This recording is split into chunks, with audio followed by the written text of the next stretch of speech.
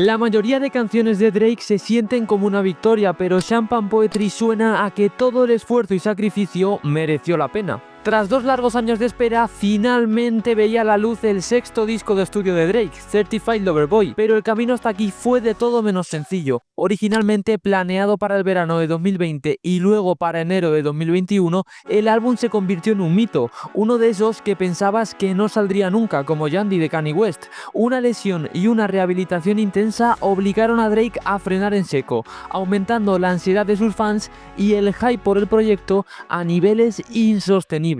Pero la confirmación de que Certified Lover Boy salía llegó de la forma más inesperada, en un clip de SportsCenter en ESPN, anunciando el 3 de septiembre como fecha de lanzamiento. Poco después, Drake rompió internet con una de las portadas más polémicas y comentadas de su carrera, 12 emojis de mujeres embarazadas, y el debate y los memes estaban servidos. Pero el verdadero drama no estaba en la portada, sino en la competencia que este disco iba a tener. Drake definió este disco como una combinación de masculinidad tóxica y una aceptación de la verdad que es inevitablemente desgarradora. Sumado al hype que había, teníamos lo más importante, yo creo, de este contexto: la guerra de marketing contra Kanye West. Ye estaba rompiendo techos con el lanzamiento y los shows de Donda, y toda la presión estaba puesta en Drake. ¿Superaría esos números? Donda apareció finalmente primero, el 29 de agosto, pero la conversación en torno a Certified Lover Boy permaneció ligada a esa rivalidad, lo que mantuvo a ambos álbumes constantemente presentes tanto en las noticias como en las redes sociales. Donda debutó número 1 en los Billboard, vendiendo en su primera semana más de 300.000 copias. ¿Y qué hizo Drake? ¿Qué hizo Certified Lover Boy?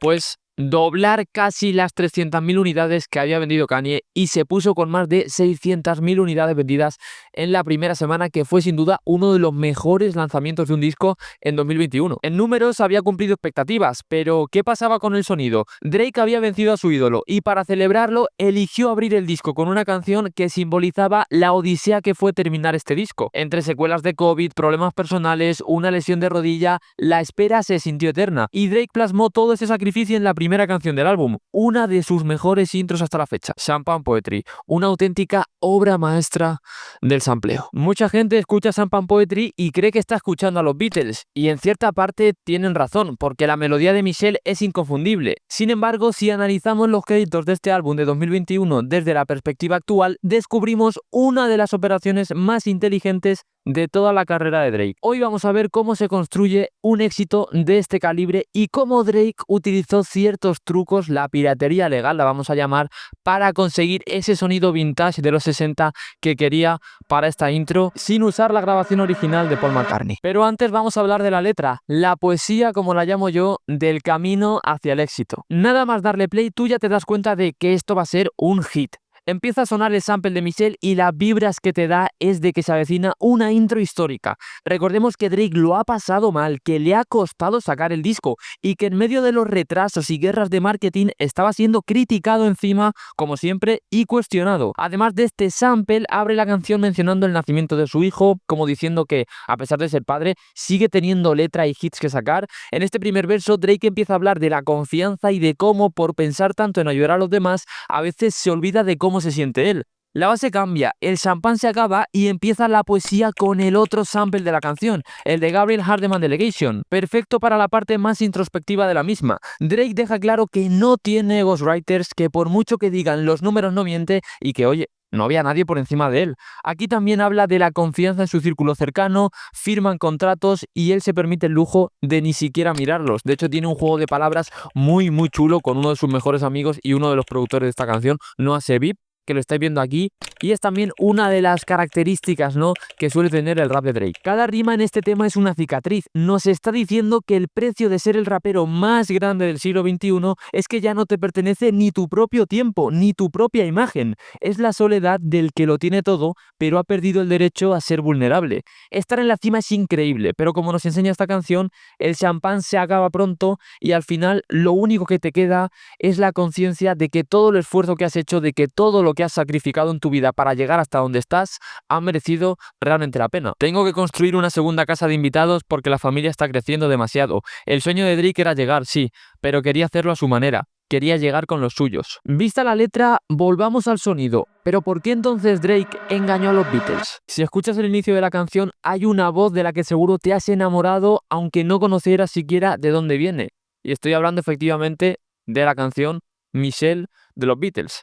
Es un sample perfecto con el concepto del disco, un enamorado certificado, una balada que transforma a Drake en una poesía rapeada. Esa voz angelical chopeada hacia arriba es de los Beatles. Bueno, la original es de los Beatles, concretamente de su canción Michelle, que salió dentro del disco Rubber Soul en 1965, una canción que cabalga entre el francés y el inglés y que está compuesta casi en su totalidad por Paul McCartney. Es una balada súper romántica. Entonces, ¿Drake pagó a los Beatles por el sample?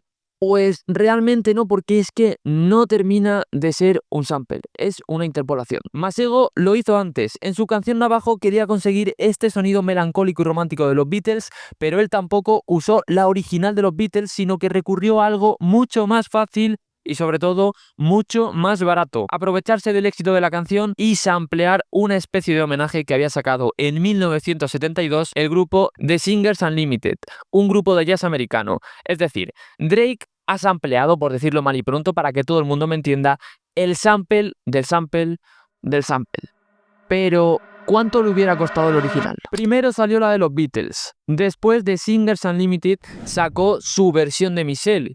Masego cogió esta segunda versión de Michelle para su canción y Drake, para ahorrarse todos esos trámites, utilizó la versión de Masego. Es decir, que esto no es un sample, sino que es una interpolación, porque ha utilizado una parte de una canción ya existente para hacer una nueva, algo más moderna. El motivo: Drake quería ese sonido analógico de los 60, pero los másteres de los Beatles están tan procesados y protegidos que es mucho más fácil y barato usar la canción de Masego. Aquí es donde la mayoría de la gente se pierde, la diferencia entre el dueño de la cinta y el dueño de la idea. Legalmente Drake hizo una jugada maestra, porque si usas la grabación original de los Beatles tienes que negociar con su discográfica, y ya no por el dinero, que Drake lo tiene, sino que probablemente sería una de las operaciones más duras y difíciles del mundo. Al usar una interpolación, es decir, una melodía regrabada por otro artista, Drake solo tiene que pagar por los derechos de composición a John Lennon y McCartney. Sigue siendo carísimo, sí, pero te saltas el bloqueo de la discográfica y los dolores de cabeza que esta negociación te hubiera supuesto, más quizás una guerra futura de intereses por royalties. Obtienes la estética de una leyenda sin las trabas de su sello discográfico. Estamos hablando de que Drake se ha ahorrado decenas, pero decenas de miles de euros, porque limpiar estos samples vale muchísimo. De hecho, Kanye West, con el que tenía la guerra de marketing, es especialista en esto, incluso es especialista a veces en ni siquiera limpiarlos y usarlos, como le pasó con los Backstreet Boys, que finalmente no pudo ni sacar la canción que tenía. Obviamente, tanto John Lennon como Paul McCartney y Masego están en los créditos como compositores. Drake no ha tenido que pagar ni mediar con las discográficas para poder explotar este sample, sino que simplemente esto lo hizo en su momento Masego, aunque la de Masego también era una interpolación. Es decir, el canadiense ha obtenido el sonido, la textura y la estética que quería por un precio menor. De hecho, buscando y rebuscando cuánto le hubiera podido costar este sample a Drake, que sí que por un problema de dinero no es esto, al final es un problema de ahorrarse burocracia y negociaciones con las discográficas. Entonces, ¿cuánto le hubiera tenido que pagar Drake a los Beatles si hubiera querido usar su cinta original? También, oye, os sirve esto de referencia para otras canciones que veáis que sí que han usado la cinta original y digáis, pues sí que ha gastado dinero o no ha gastado tanto, es una interpolación. Un sample de este estilo le podría haber costado a Drake unos 150.000 euros, tirando obviamente por lo bajo, sin contar los royalties, que hubieran sido altísimos, entre un 25 y un 40%. Lo que se ha ahorrado aquí de dinero Drake es, como digo, una barbaridad, porque sí, a Drake el dinero no le importa, pero hombre, cuanto más ganes con tu obra, ¿no? Pues mucho mejor. Con esta jugada, Drake convierte un rap sobre sus sentimientos, sobre su camino a la cima, en directamente un clásico instantáneo, porque tienes la esencia de Drake y la esencia ya de esa canción de los Beatles, que es histórica, más la esencia del segundo sample de la canción, que no quiero que se me olvide, pero es que el vídeo no va sobre este, sino que va sobre los Beatles, que también es buenísimo, una canción de gospel que le da como ese toque más personal, más introspectivo, más espiritual también a la canción, a la segunda parte, y que hace, como digo, de esta intro de Drake una, sin duda, de sus mejores, ya no intros, sino canciones desde mi punto de vista. De hecho, de Certified Lover Boy diría que es mi top 2 después de TSU, que me parece un tema increíble. Así que nada, espero que te haya gustado el vídeo. Déjame en los comentarios si sabías esto de que había hecho Drake, esta interpolación, este sample del sample, ¿no? Por llamarlo de alguna forma. Déjame también tu top 3 de Certified Lover Boy, cuáles son tus 3 canciones favoritas. Y oye, ¿cómo comparas a las intros de Drake en sus últimos discos? A mí, sin duda, Certified Lover Boy es, creo que, el lanzamiento de Drake que más me ha gustado de los últimos años. quizás ahí con Honestly Nevermind, pero sin duda es un discazo, cumplió expectativas, yo creo que sí, las colaboraciones son increíbles, el sonido del disco es increíble y los samples, como siempre, que utiliza Drake y todo su equipo son increíbles, se nota el gusto que tienen y lo bien curados y buscados que están porque cuadran perfectamente tanto con el concepto del disco como con el sentimiento que transmite la canción. Así que si te ha gustado, oye, un like, me encanta que me veas, muchísimas gracias, me hace muy feliz. Suscríbete, que ya somos casi 8000, estáis locos, sois increíbles, muchas gracias por el apoyo y también un comentario dejando tu top 3 de Certified Lover Boy y si sabías esta curiosidad de Champagne Poetry, oye, o si te gusta incluso, obviamente yo creo que sí, ¿no? Te gustará más la original de Michelle que este sampleo que hizo o esta interpolación que hizo Masego en su momento y que luego reutilizó Drake para Champagne Poetry. Nos vemos en la próxima, chao.